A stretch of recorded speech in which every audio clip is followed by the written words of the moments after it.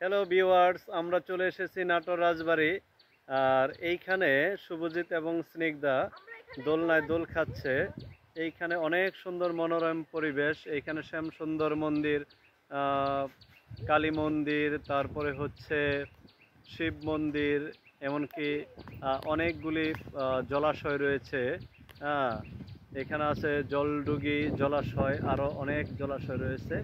আমরা এখন ঘুরে ঘুরে নাটোর রাজবাড়ি পরিদর্শন করতেছি।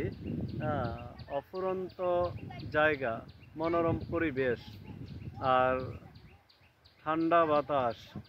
এখানে আসলে আর ফিরে যাওয়ার কথা মনেই পড়ে না, এত সুন্দর পরিবেশ আর এত সুবিশাল জায়গা। আর এইখানে স্নিগ্ধা এবং শুভজিৎ এসে হ্যাঁ অনেক মজা করতেছে, দোলনা পেয়ে অনেক খুশি। দোলনা পেয়ে অনেক খুশি স্নিগ্ধা, শুভজিৎ।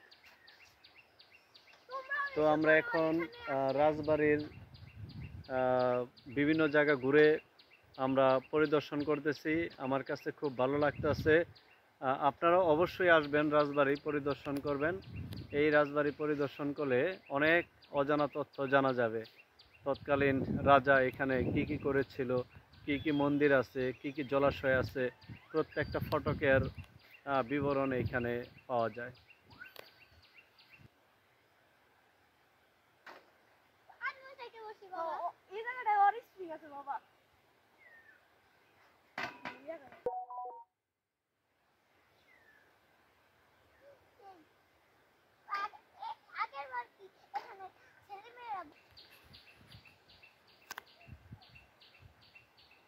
এই হচ্ছে হানি কুইন ভবন।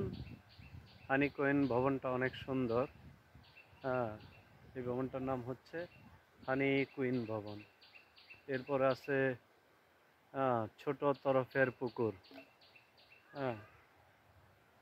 এখানে হচ্ছে ছোট তরফের পুকুর, অনেক পুকুর রয়েছে এখানে।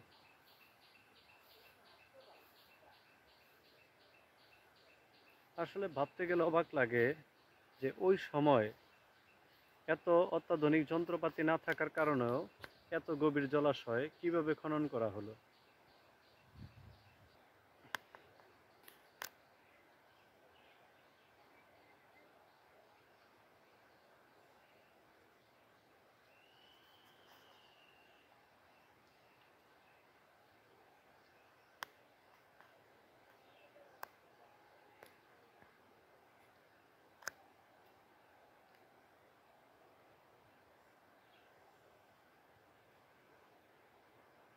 এই হচ্ছে ছোট তরফ, ছোট প্রাসাদ।